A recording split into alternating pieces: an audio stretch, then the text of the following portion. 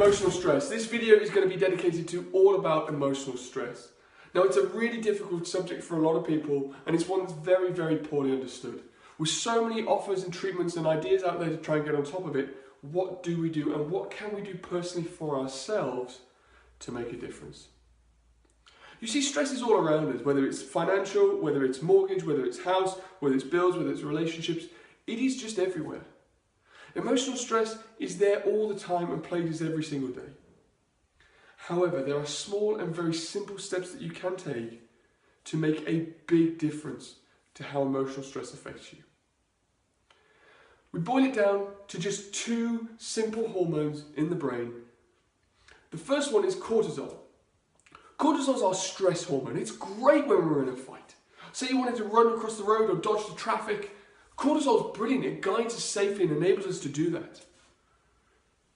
However, we live our lives with that cortisol response going all the time. You can only run away from a lion for so long before you're fatigued. And that's essentially where we are with our stress responses. We are always running with cortisol and stress in the background. And there's this other hormone in the brain, it's called serotonin. It never gets the chance to lift up. Serotonin is our happy hormone. It's what helps us rest, it's what helps us digest, it's what helps us recover. We never give serotonin a chance. We should be able to go into a stressful situation and cortisol guides us through, come out the other side, and serotonin helps us heal. However, we never leave that stressful environment and serotonin never gets a chance to help us.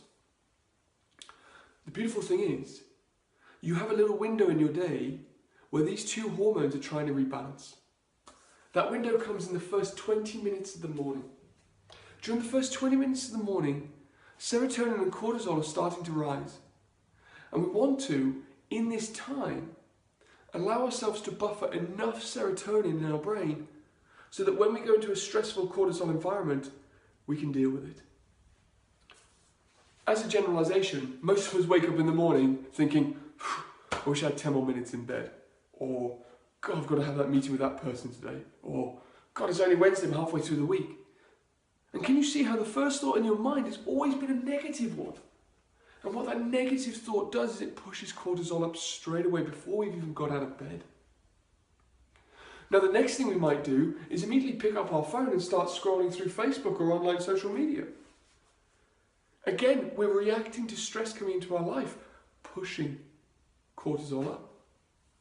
Now, it might have got you wrong. You might wake up the most jovial person in the street, you run up, you ignore your phone, you hallelujah to the world, and you go into the living room and you turn the news on. And I mean, when was the last time you saw any good news? You see, again, that fills our mind with negativity and pushes that cortisol response up. So what I want to encourage you to do is the most simple thing. And if you do this one simple thing over a long enough period of time, it will exponentially change how your body deals with that cortisol and that stressful response.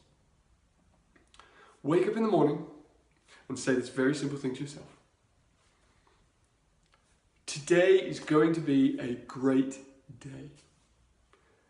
Now, as simple as that seems, there is a huge field of research, psychommunology, that will show us that just by saying those words positively in our mind, you don't have to hallelujah to the window or say it to the person next to you. You just have to positively affirm to yourself that today is going to be a great day. And that will start to push that serotonin up.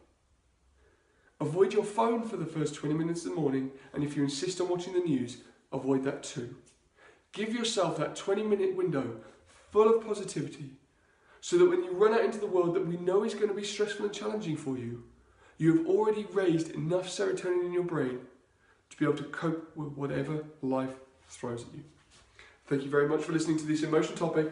Join us on the next video where we're going to be talking to you all about